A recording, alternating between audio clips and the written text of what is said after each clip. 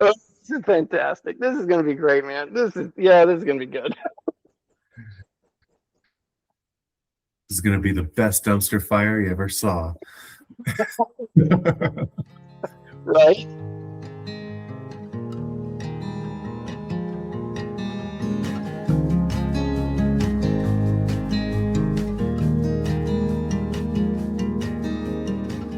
It has been so long, I forgot how we introduced. Oh, welcome back to Dirty Bible Brothers. I'm Josiah. And I'm Matt Crosswhite, who's still evidently working on getting enough caffeine this morning. Feel like an old man. I'm wrapping myself up in my jacket. It's not cold. It's just, for some reason, it just feels comfortable getting wrapped up in my jacket. Yeah, why not?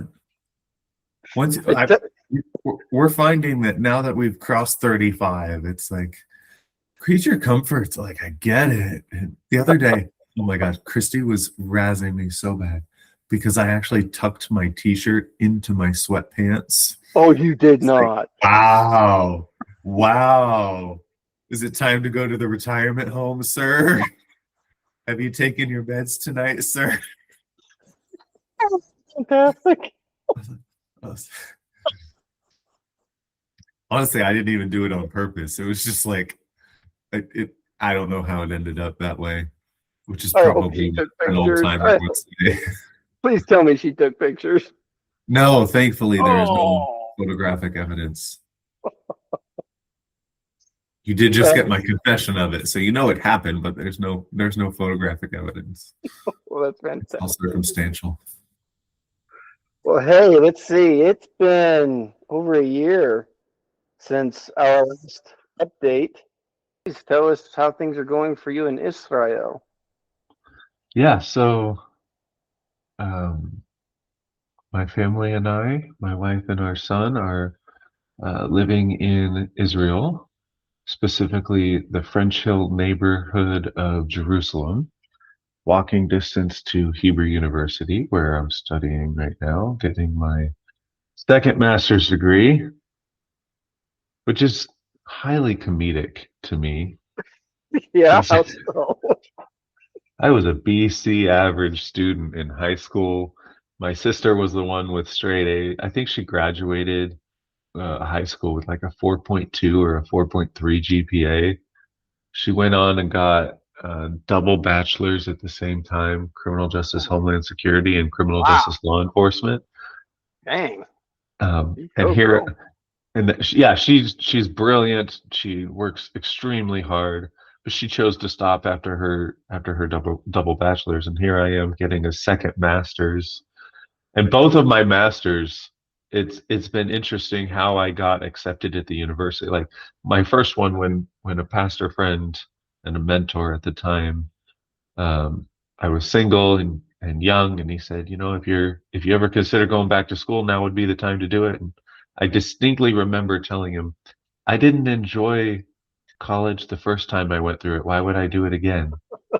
And then and then like 4 days later, I'm enrolled in masters for professional counseling. And now here I am getting a second master's. Like God truly has a sense of humor, doesn't he? He uses the foolish Oh things to boy. confound the wise, doesn't Oh my, he? yes. It's amazing how we ever move out of sophomore year because, as you may know, sophomore means wise fool, right? So it's like, wow, how did we ever get beyond that year? Well, I don't know that we ever get beyond wise fool, but we keep moving forward and they We just call it a junior now. We just pretend like we've crossed some threshold, but really yeah, we're just continue as the wise fool. yeah, no kidding. So anyway, we've been here in Israel for 1 year and 32 days. Mm. And it's been very, very cool, very interesting. Last summer, we experienced the quote unquote 12-day war when Israel and the United States attacked the nuclear facilities in Iran, and it was over in less than 2 weeks.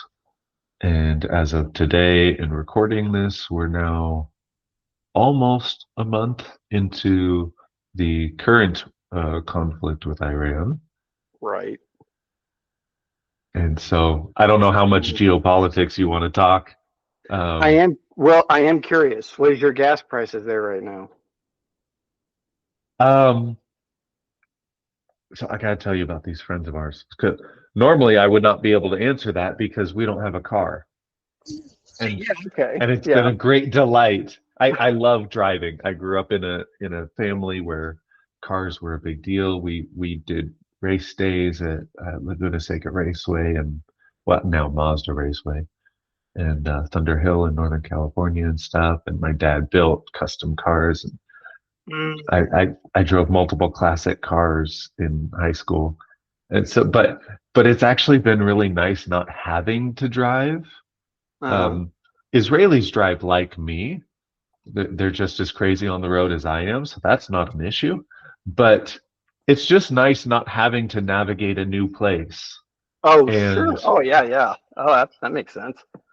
and the public transit system here is phenomenal. So there are Mm. buses and the light rail. The light rail stop is literally an 8-minute walk from our front door.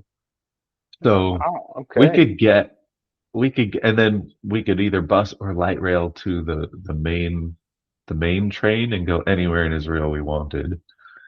Um, but some friends of ours just let us borrow their car to Okay. go to a Shabbat dinner at some other friend's house. So I filled up their tank. I don't know how many gallons it was, or here it's liters, but the price was it was just over 300 shekels, and I put 3/4 of a tank in. So that's roughly $90. Yeah, 90, 95 US dollars for 3/4 of a tank. And this is a sedan or It's a crossover, so not a full size SUV, but a Mitsubishi crossover of some kind. wow, we I don't think I got it. No, I got a chance to tell you this. We got a new arrival. So Mazel Tov to us, I guess, as well as Mazel Tov to you for getting into a car. But we got a Subaru Outback, and when I first week we got it, I went and got it filled up, and it filled up for less than $30. No way! Less than 30 US dollars because my Nissan Pathfinder. I mean, we were spending, especially a couple of years ago, we were spending at least $60 to $70 to fill up just that thing, and that's got what, an 18, 20 gallon tank. The Outback Probably. has a 15 gallon tank at the Mm. most. But just just 2 days ago, we stopped at no, yeah, wait a minute. I'm still thinking. I've got my days kind of mixed up. So you and I are both in Sunday right now. So yes, on Friday, day before yesterday for me and you, we filled up at a Costco, and it was $59. Mm. Wow. We're seeing That's gas prices here is already north in Cache Valley area is 3.89 a gallon, wow. and the diesel is already 5. It already hit Diesel $5. is 5? Yeah, Oh my yeah, gosh. yep. So Dang. it is it. Wow, wow. We $90 to fill up there. That's And now you incredible. know why we don't have a car. No kidding. I mean, not to mention the licensing, the maintenance. I've often wondered because I've seen pictures and videos, of that part of the world, and sometimes you've got the older roads that are centuries old that are not very wide. I would imagine some of them don't even allow for cars. But I mean, Of course. what what is it like to drive in Jerusalem? Because every time I think of it, I think of spaces. Well, So half quote a movie favorite ours. there are quite a lot of narrower streets. Yeah. Um, it's but even most of the most narrow streets, too big city buses or tour buses can pass each other. Wow. Now, they pass each other with literal centimeters to spare. That's And I know I incredible. said that plural, but sometimes it's not just one What? centimeter to What? spare. Oh my Um, goodness. Oof. between the two buses themselves, and then on the other side between Yeah. the outside of the bus and the building or the crosswalk or the whatever, the parked cars. So Man, so then you get into a regular car and you start driving, you're like, I need to be conscientious of the width of my vehicle, but if a bus can do it, I can do it. So that reminds me of when we were in Hawaii a couple of years ago when Heather took me for my birthday. We were, those roads along the coastline, they go in and out along the coast, go in into these large, canyons, and then they come out to the point and wrap around and go back in. And we were we were trying to get past a um, a bus, and Heather was driving, and she was freaked. She goes, "What?" mm, Just, and I even told her, watch that driver. Whatever he says, do it. So she rolled down her window and everything, and he had his window down, and he'd go, okay, now you go, now I go, now you go, and we were moving just a couple of inches, and then he was moving a couple of inches, and we just slowly got around each other. It was hands down one of the wildest rides I'd ever been on. And so, wow. but I mean, even then, the gas in Hawaii was extraordinary. But I was listening to a strategist today who says it's going to get much worse before it gets better. It's like, well, we might Oh as well yeah. just buckle down and get ready for the long haul. But Yeah. oh my With Iran goodness, putting underwater mines in the Strait of Hormuz yeah. and certain oil fields getting hit, and I think Iran hit Qatar's one of their big oil refineries last week, and so yeah, Mm, the price of oil is probably going to continue to go up for a bit. yeah, I would imagine so. Not that I'm an expert economist or anything, but I'm just some dude that lives in Jerusalem and gets the same news as everybody else that lives in Jerusalem, which is different than the news that you get in America. I will say that. Yeah. Oh, I would imagine so, which is why I would also be interested to hear, as I'm sure probably some of the listeners, as to what some of your thoughts are on some current goings on there in the Middle East, whatever you're comfortable talking about. Sure. But also, I want to give everybody a chance to hear about your life updates too, because you've had some big stuff go on in your life, and so I don't want this to be all me centric. But with that Okay. said, um, before before 3.5 weeks ago, when everybody here in Israel was still very much anticipating that the U.S. and Israel would hit Iran, and it was only a matter of time. And all of us knew that for like 3 weeks. We all knew it was coming, Mm-hmm. um, which gave us time to put some extra couple few liters of water into our shelter rooms and some dried snacks and just whatever. Yeah. Prepare as much as you're able to prepare. Right. Um, but we were at our church group um, the week before because it happened on like a Friday night, Saturday morning, and then so it was 1 week before, and one of our great friends, who's a phenomenal woman, she served in the IDF just like all Israeli citizens do. Um, super awesome mom, super awesome brave lady, and without batting an eye or having to think about it, she said, most of Israel is absolutely ready for this because if if we can go through some moderate inconvenience for the sake of helping our friends and neighbors in Iran be set free from the dictatorship that they have, we're Mm-hmm. absolutely willing to do it. And she said, we are used to being shot at. We have bomb shelters. It's not really that big of a deal for us. And hopefully Mm-hmm. they can be set free through it. And we Mm-hmm. heard that. We were just like, wow. That is a Wow. fantastic mindset to have. Indeed. Wow. And that's been the sustained mindset. We were wondering if like that's all well and good before the rockets start flying, but Right. what about after there are some direct hits? And there have been some direct hits.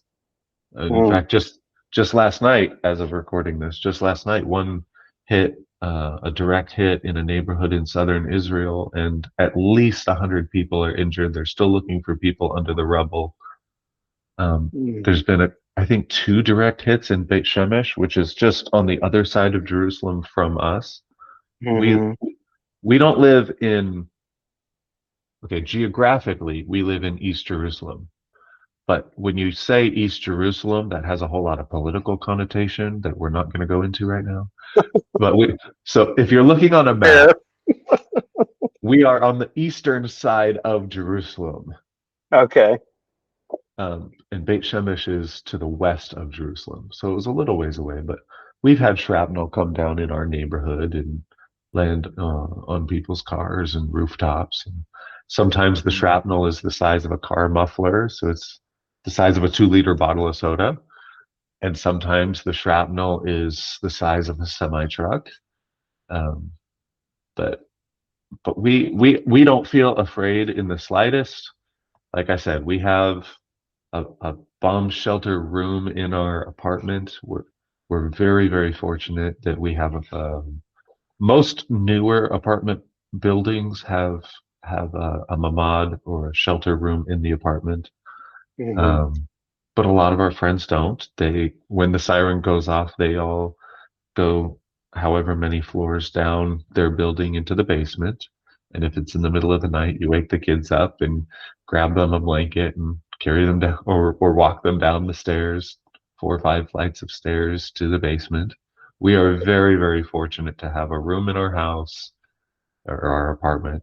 It's my mhm. son Danny's bedroom, so any of them that happen at night, he gets to sleep through. And so we're very, very blessed. And uh, Wow. the vast majority of the time in this conflict anyway, we're going into the shelter 2, 3, sometimes 4 times a day when the sirens go off. But there are lots of places here in Israel that they're going in 14, 15, 16 times a day, specifically up north where Hezbollah is also shooting at them. Um, Mm, but yeah, we're very blessed. We're not afraid. We're exactly where we need to be, right where God wants us to be. So all is yeah. all good in the neighborhood.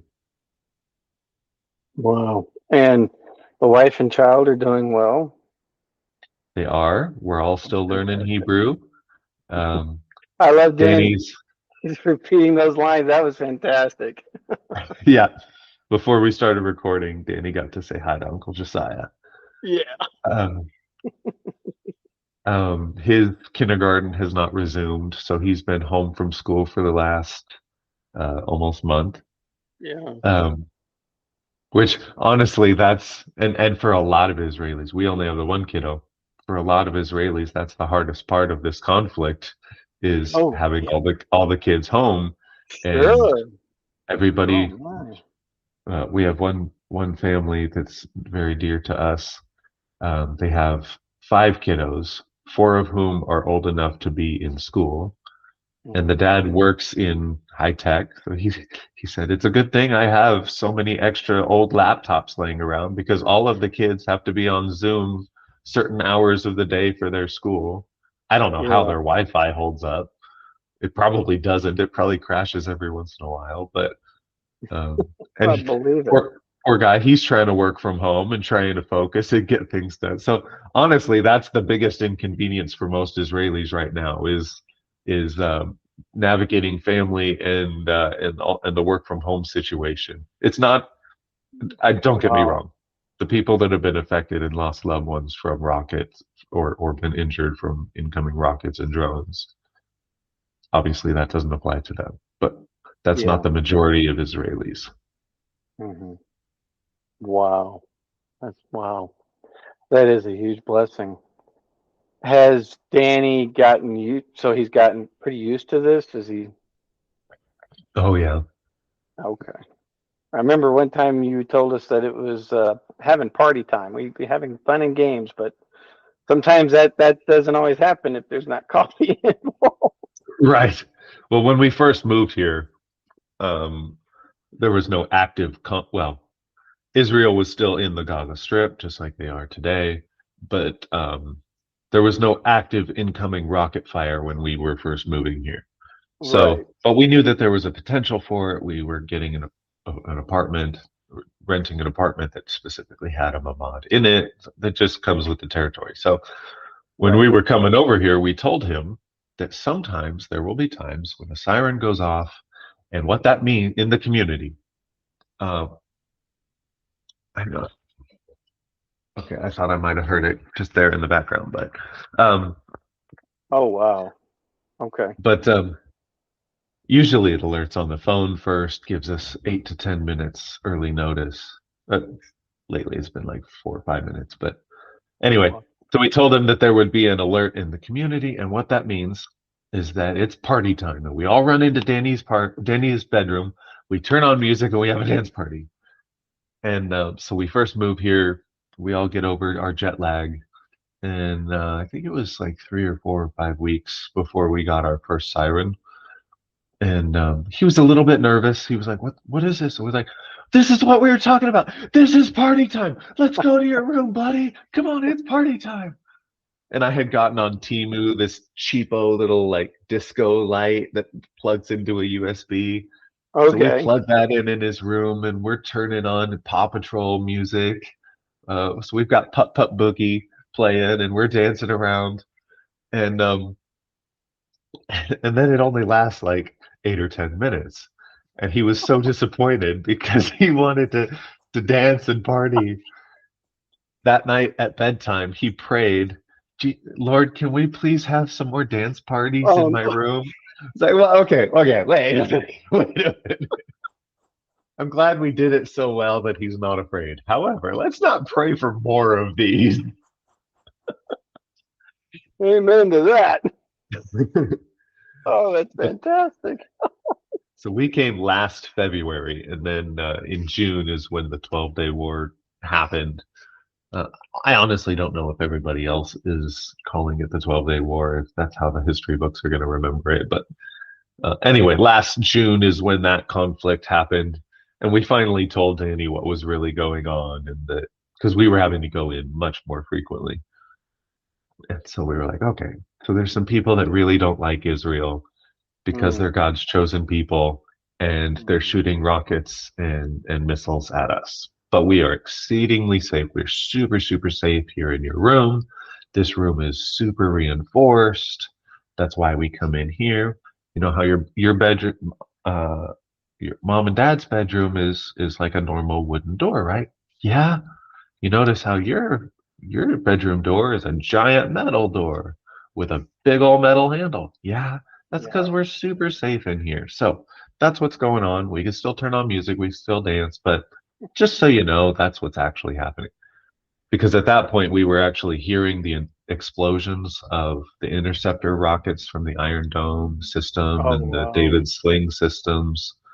Um, it hit the incoming rockets and drones in midair, and so you hear the booms. If it's uh, anywhere on the eastern side of Jerusalem, it might actually rattle the windows a little bit.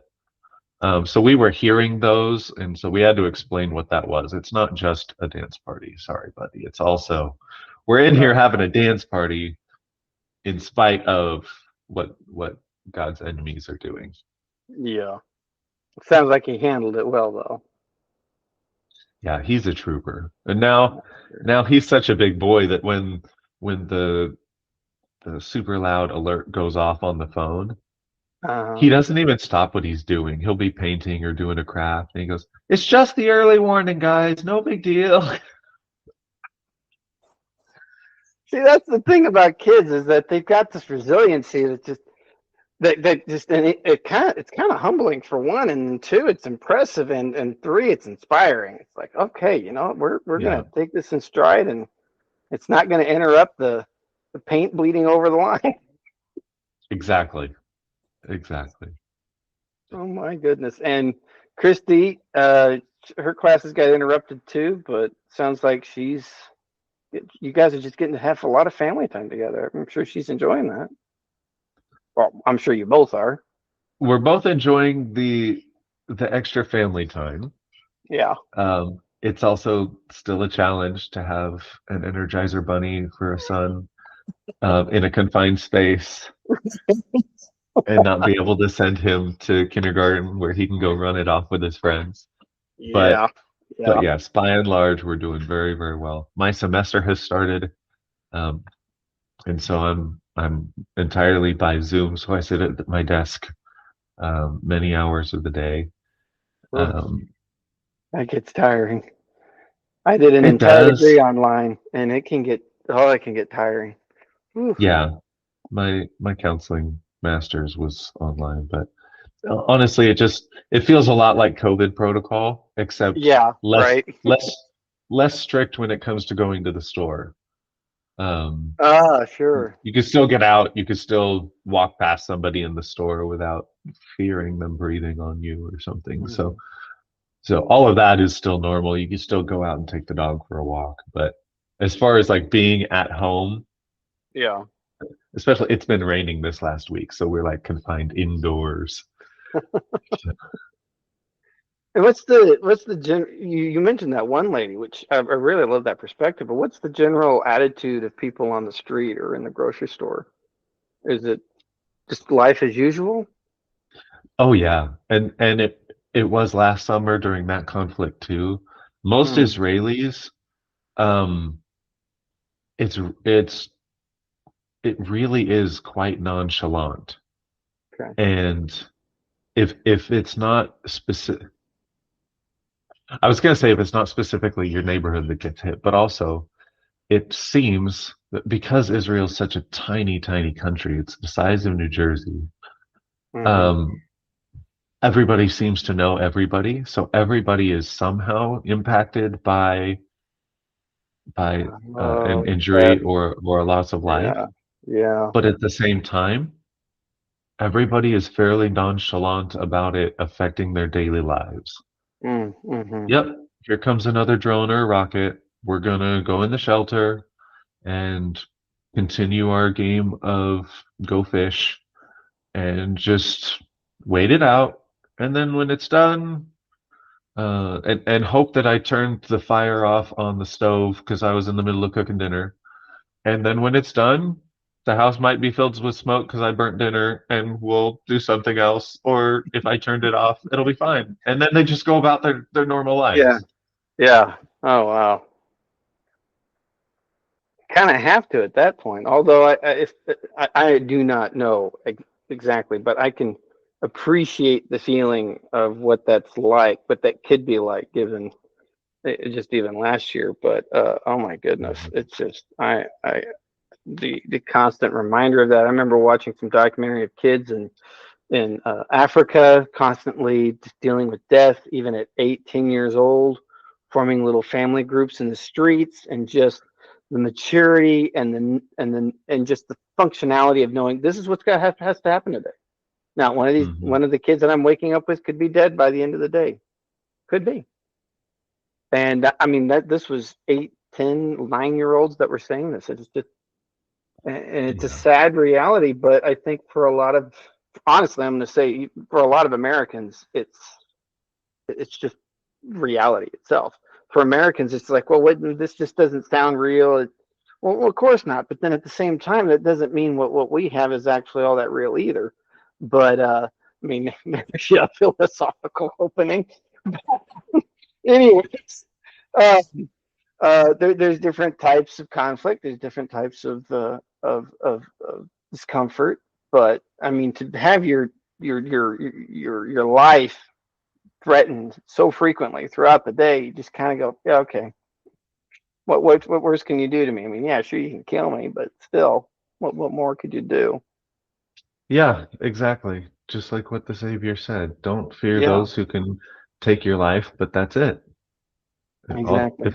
if all they can do is send you to heaven faster, big whoop.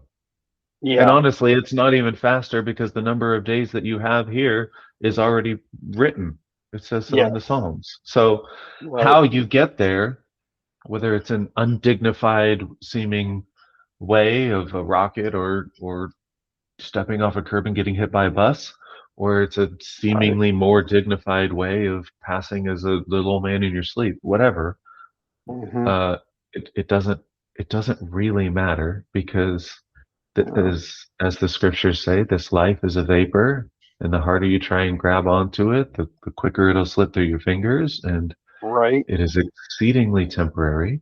And what Right. is waiting for us afterward is so much, so incomparable and so much better that Paul said it's not even worth the effort and the time to try and compare the two. It is Hmm. so vastly superior. So Hmm. big deal. We're all going to die But some. None of us get out of this alive, and I know we've all heard no. pastors say that. And Yep. how we go is largely irrelevant. It really is. And I remember. Well, just that you said Paul there for a second. Paul even said in Philippians chapter 1 that it's better for me to go on. Um, it's more desirable for me to even go on, but I know that it's more useful for you that I stay, and the Exactly. fruit that I get to produce as a result of it is still going to be good. But do I desire to depart and be with God? But yes, and that is better by far. But I will remain, and I will continue the work of the gospel. Um, there was this story was made famous.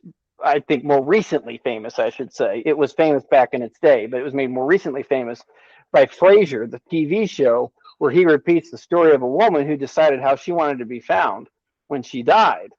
And just to give a short recap, she had this elaborate plan set up, and she took some stuff that was going to help her along, and she was in this very elegant dress. And unfortunately, what she took didn't really go well with the Mexican, I mean the Mexican dinner that she had. So she ended up throwing up, and that's how they found her with her head in the toilet.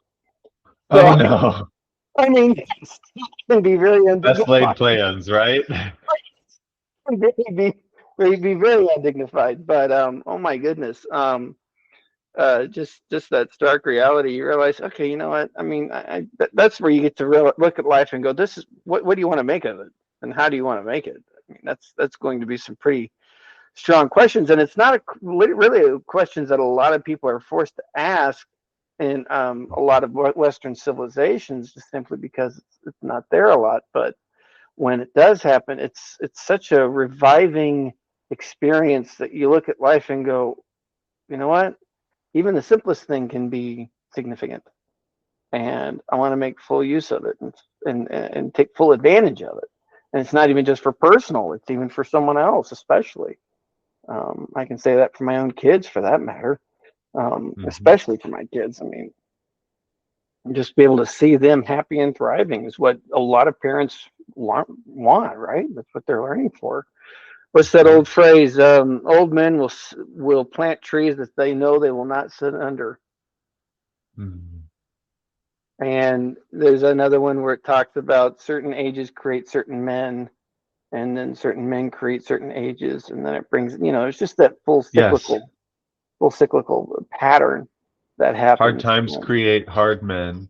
Yeah, Hard men that's it. create soft times. Soft Yep. times create soft men. Soft men create hard times. Yeah. Yeah. And we wonder why history repeats itself, right? Right? Right. But oh man, just I was even thinking about it the other day. In fact, the yearning of just of seeing the new world and the new Jerusalem, and just Hmm. and living in the peace of knowing that God's not only in control right now, but I mean God's going to be even more control then, and it's just going to be a beautiful situation of life where you go, I don't have to worry about my neighbor throwing bombs at me, um, literal, physical, or metaphorical. Right. But oh my lands, I am so glad that you guys are safe though, and that things are going well. That Danny's thriving, and I know that a lot of our I would like to think a lot of our listeners keep you in prayer. And so, is there anything specific that they can continue to keep in prayer for you guys, as and not just you, but even just your neighbors in Jerusalem, and then even Israel and at large? I mean, what can they be focusing on? Yep. For us, I think it would just be continued encouragement and boldness. For Jerusalem and for Israel, it would be peace and safety, while also acknowledging Scripture very clearly says that um, Jerusalem and Israel will not experience true full peace and safety until the Messiah returns. And Right. so, knowing that that's the case, Hmm. um, in the Psalms it says, "Pray for the peace of Jerusalem." On the other hand, we know that peace comes through the Prince of Peace, Right. and through knowing Him and having intimacy with Him. And even then, in this life, peace does not mean ease. So, Amen to that. praying for Jerusalem and Israel to know their Messiah and to experience the peace that He offers and the freedom from religiosity and freedom from all the sin and the hurt and the sickness the sin sickness and the soul sickness that we all experience. Hmm. And then also please be in prayer for not only the underground church in Iran, but the people of Iran. Um, Absolutely. in my very unprofessional opinion, I think that regime change in Iran is kind of off the table now. So I have concern for what the Iranian people will be living through in the next decades. So just be in prayer for the Iranian people. Um, Mm, but yeah, absolutely. so with that, let's transition to you. You've had a lot of life change happen as well. You are still in the same place geographically, but that's almost the only thing that has maintained consistent. You couldn't have said it better, my friend. You could not have said it better. As some of our listeners already know, but for those that may be new, um, we had. I think back about this sometimes. We had you and me did that podcast with our wives, and it was such a fun episode where we get to chat and talk stories and talk about how we met each other and all of that history, and that was a lot of When we fun. And we had when we what? had our brides on, Yeah. And even the talk of having them back on. Well, sadly, my bride was killed in a car crash in late 2024, and it has been a long and yet fast journey. Nothing about it went fast.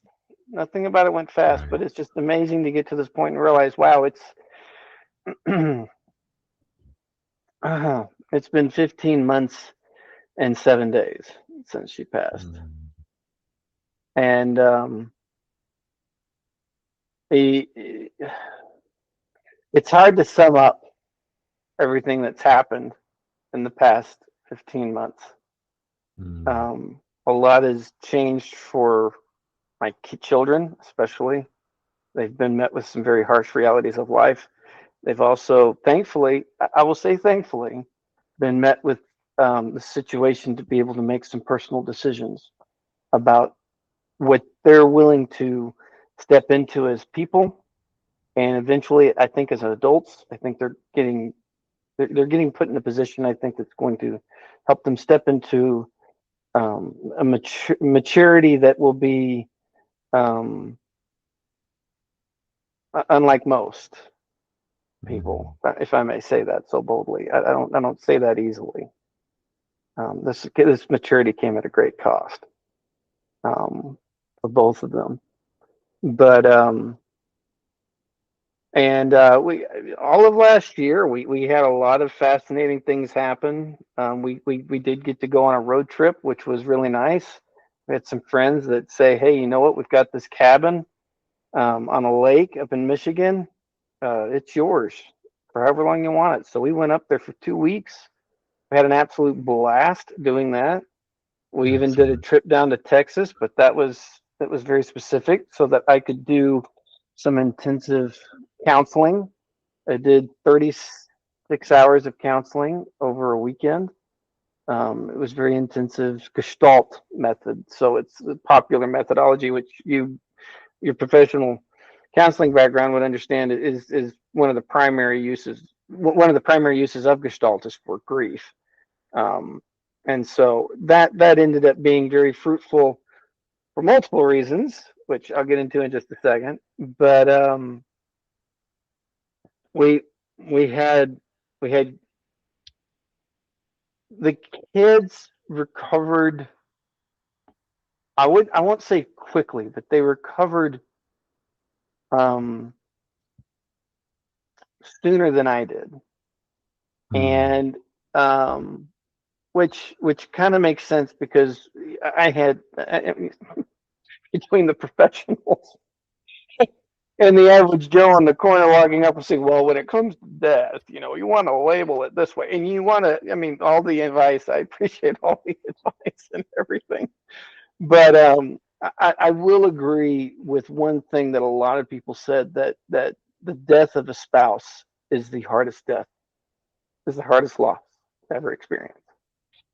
Mhm. And there's still some days where it feels like it's taken not just the gust out of my sails, but the literal breath out of my body. Yeah. And even my body has gone through some significant changes, but still some very positive ones, very, very positive ones, I'll say. But and I don't want to rush through this too quickly, but I also don't want to dawdle. So um, the the day Heather died, I was sending texts out to as many people as I could think of to make sure that they were hearing it from me and not through some news report or grapevine, whatever the case was. Right. And it was around, I don't know, 2 a.m. in the morning. I was still awake, which surprise. Uh, I was surprised, but I remembered one lady that had been a friend of Heather's for years. She even knew Heather before I did, of course. They'd been friends Hmm. for 20 years, and I'd only known Heather at that. I mean, we met in 2000, uh, the end of 2008, and she had known Heather since what was it, 2005, 2004, Mm. um, and yeah, and so I texted her, and she called me the next day when she got her text messages, and she was like anyone was just devastated to hear the news. And of course, like everybody else, she says, if you need anything, let me know, which was always appreciated. But unlike most people, she did something a little different. She kept calling me every 2 days or so to check up on us, Mm. and that meant a lot. And there were a couple of people that did that for a short while, which was appreciated.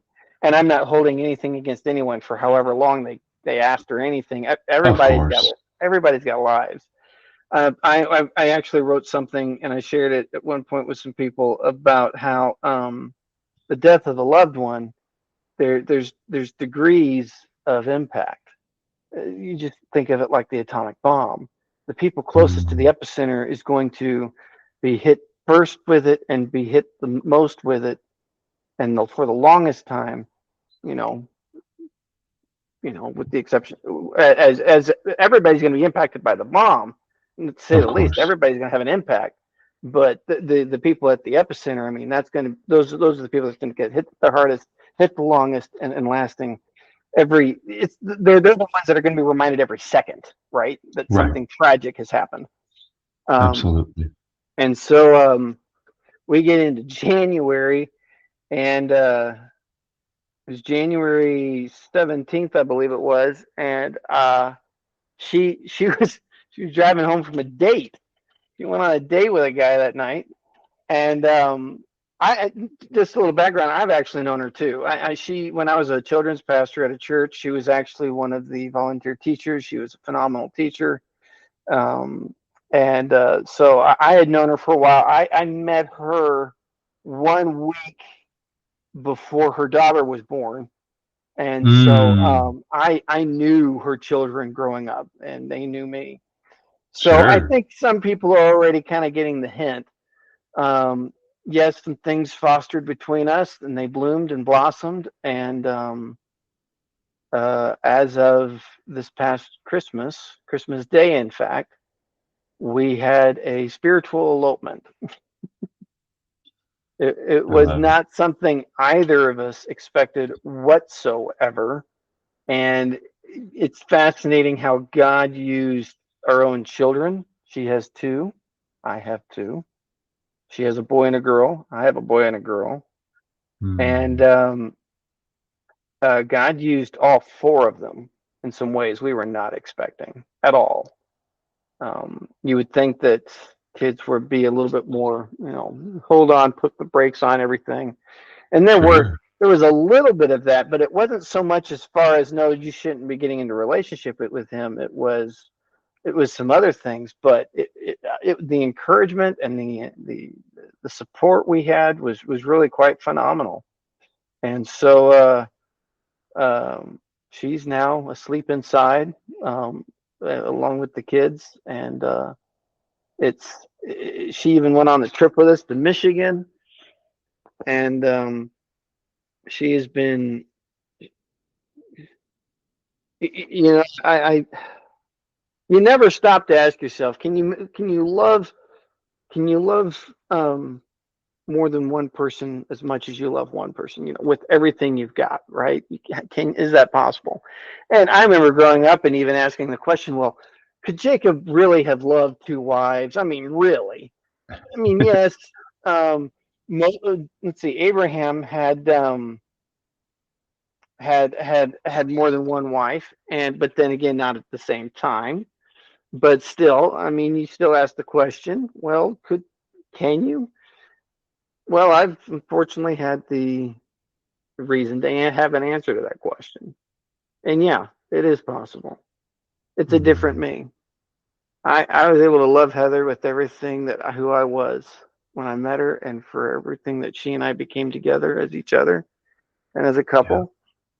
Person I am now, I get to love an amazing woman who has different strengths than Heather, Mm, and she's a different person, but I get to love her for her. And I get and the and one of the biggest blessings is that I get to trust her as much as I did Heather. that's That phenomenal.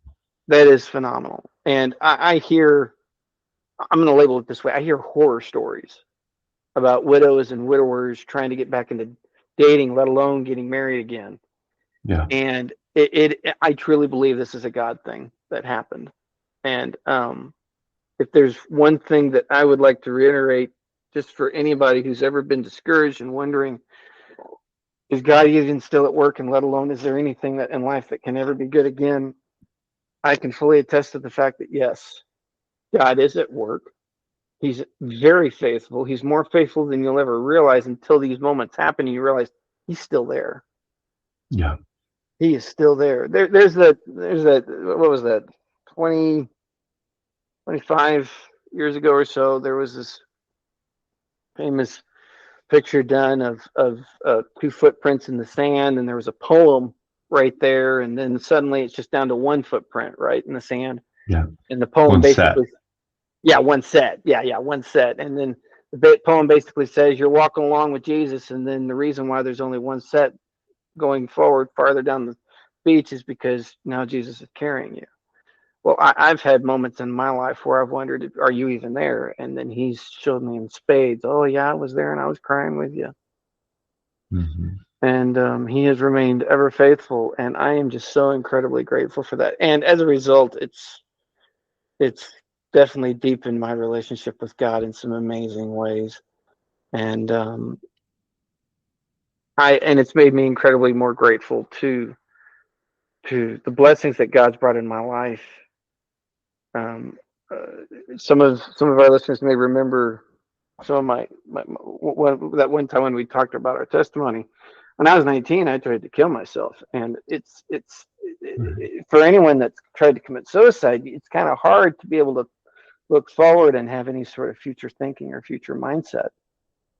And I could barely plan the next day for at some points, and then of course the next week or whatever the case was. And so even getting jobs, it was just kind of a spur. Oh, I need a job. This looks like a great place, a great job. I'll just do it and see how long it lasts. Hey, I'm here for a season. Great. The working national parks, whatever the case may have been. But despite which I may have been flying by the seat of my pants up until 2007, and I finally started to look at life and go, you know what? There's some things I want to take the reins on here, and there's some things I want to be very deliberate about. And I remember Heather getting upset. This was not in my life plan. You weren't supposed to come in yet. Oh, I'm sorry. I'm sorry, but I'm very much not sorry. Exactly. So uh, it's just kind of wild though that however much planning I did and how much unplanning I may have not done, I am where I'm at. And you know those questions you get asked. Well, if you could change, no, no, I wouldn't change anything. I wouldn't change anything. And sure, I mean, what loved one wouldn't say, I want my wife back? Yeah. I miss her. I miss our life. I miss our plans. I miss our day to day. I miss a lot. But we live in a world where, especially here in the United States, we don't get reminded very often of just how fragile life is. Yeah. I had that big scare back in January of 24, that stroke-like event that led to getting that FND. But as I said in that last update, I think I mentioned it. But for the sake of new listeners, the day after my wife's memorial, I woke up for the first time without any pain in a very long time, physical pain. And make a long story short, within 2 weeks, I was talking with every medical professional I was working with, and every one of them came to the conclusion that a lot of my health problems, which were on the par of Parkinson's disease,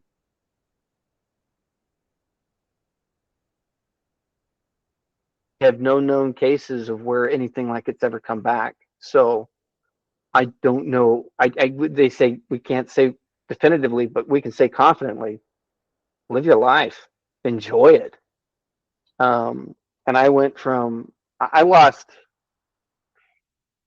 oh, holy cow, I lost 40 pounds without trying. And that's the funny thing. For years, I tried losing weight. And then finally, I lost 40 pounds without trying. And I think definitely part of that had to do with grief, but then other parts of it just had to do with the fact that my body was finally working again. And it was just amazing. Yes. And then I got sick at the end of 25 and I lost a little bit more weight. So I lost 50 pounds in all of last year. And it's just incredibly, it's a life-changing event, not just to be able to lose the weight, but just to be able to get out of bed and have the ability to get up and get going. Yes. And so it's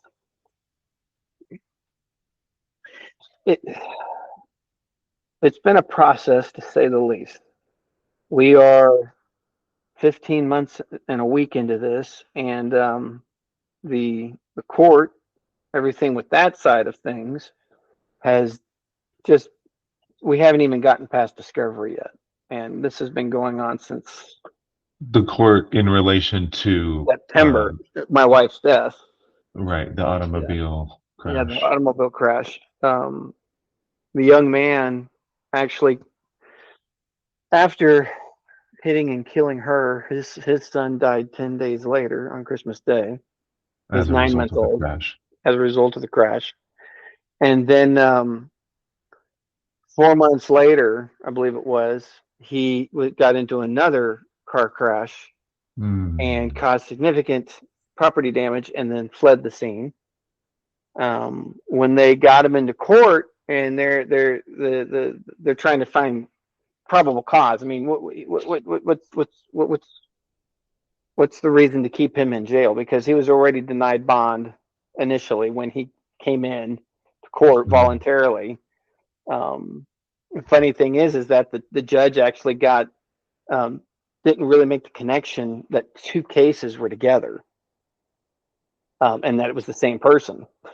Sure. To the prosecutor, because he deals with the car crash from, what was it, April, and he's turning to walk away, and the prosecutor says, "Judge, there's another matter on this defendant," before he leaves the podium, and the judge is looking around, and he goes, "Oh, now," and he's like, "That's right, I forgot about this," and so he was put in jail, and then there was a bail hearing, and I actually got up to give an impact statement, which, it's funny. I've given sermons. I've talked in front of large groups of people, and I got up, and it was effort just to get through each word. I thought I was going to pass out. There were points where it felt like I was about to fade and pass out. I looked up at one point, and the judge, his attention on me was so intense. I've never seen someone so intently listening to me in my life. That was amazing, and it was encouraging and emboldening. It's emboldening to know that somebody is taking what you're saying so seriously. Absolutely. And so, long story short, they did keep him in after the prosecutor pointed out the fact that he had 7 convictions in 6 years for driving offenses. He had a suspended driver's license. When he hit Heather, he had two different types of marijuana in his system. It's just tragic. At least that's what the police report says. And so it's just tragic that so many things have happened. And if there's one thing that's been on my mind a lot regarding this, has been 2 things. One was the police officer, investigating police officer, said, "I'm sure you're pretty mad and angry at this kid. You probably hate him." I said, "No, I can't afford to hate him." He said, "Why?" "Because that would involve killing me. And I don't want him dead either." Hate is just as intense as death, whether it's towards the person you're hating or you expending all that energy to try to hate them. It's just, I've learned in my past experience, it's not worth the energy. Absolutely. And more importantly, it's not what my rabbi would ask of me. It's not what my king has demonstrated. It's not what my older brother has set the example of being. And so there have been intense moments of extreme dislike. Don't get me wrong, but I've never once felt an ounce of hate towards this young man. And so, but I told the officer, it's not my job to hate him. It's not your job to hate him, but it's your job now to work justice on my behalf, and my job to grieve. Yeah. Then the other thing is tikkun olam. And I cannot tell you how much tikkun olam has been a part of my thinking and really become part of just how my day unfolds. This restoration of people, of the earth. Now, granted, it's not exactly in Scripture, but you can see it at work in Scripture when God is setting about to restore and redeem humanity to Himself. Right. And so, we got there are some things I cannot say regarding some of the conversations I've had with prosecutors and everything, but for the sake of what I'm trying to say is that it would my prayer and hope and goal to see this young man restored. Absolutely. He is 21 years old. Maybe he may be 22 by now. And I don't want him dead. There's already been enough death, and I don't want him tortured. There's already been enough torture. I would pray that he's able to learn and find some redemption in this. I don't really know his family's background except for that experience I had with his his one of his relatives at the crash site when I went to it one time. It was that pure happenstance. I'm standing there at the site. His truck pulls up out of my peripheral. Don't really engage it, but he comes over. What are you doing here? My wife died here. Well, he says my grandson died 10 days after as a result of this crash. But I know that his family would hope to see him restored.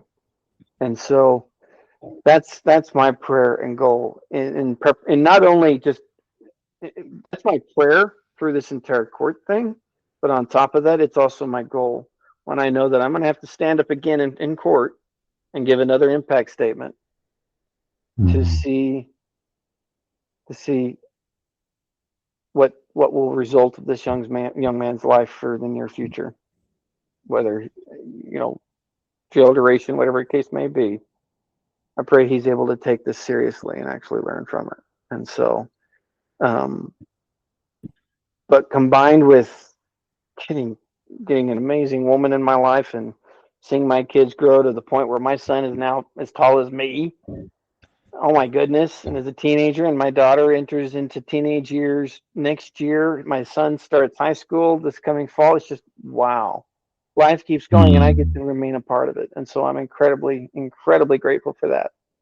But one last thing I want to finish on is that when Heather died, I had been reading a book at that time by Rabbi Soloveitch, and it was a book on Avram and Abraham, and uh,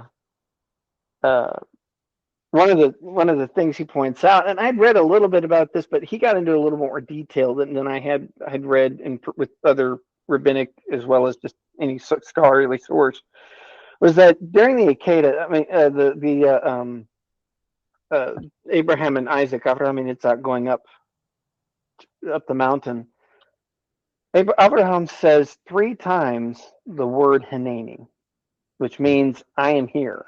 And it's not just a simple, oh, I'm present, what do you need sort of thing. No, it's I am completely, wholefully, volitionally here, ready to engage, participate, cooperate, whatever the case may be. I am completely here and I'm completely involved. What can I do? And that book has been very impactful for me, to say the least. Given even the part I read, which I know I repeated in that last podcast, so I won't go into it again. But what I will say is, Heather and I had a plan to put in some sort of addition with the house, and we kind of went back and forth as to what to do. But I was able to put in an outdoor office. It's one of those sheds, really, but it's got a door and a deck on it and everything. And Robin asked me what should we name it? I said, can we name it Hanani? She said, okay, let's name it Hanani. So we have the Hanani Cottage that's going to be an office / art studio. And it's going to be put to a lot of amazingly good use, I pray and hope.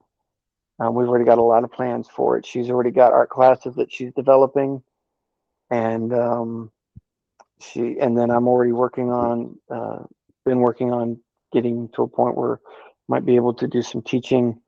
And so God's done a lot of amazing things through some very hard times, and I'm incredibly grateful to be the person that I am today. Amen.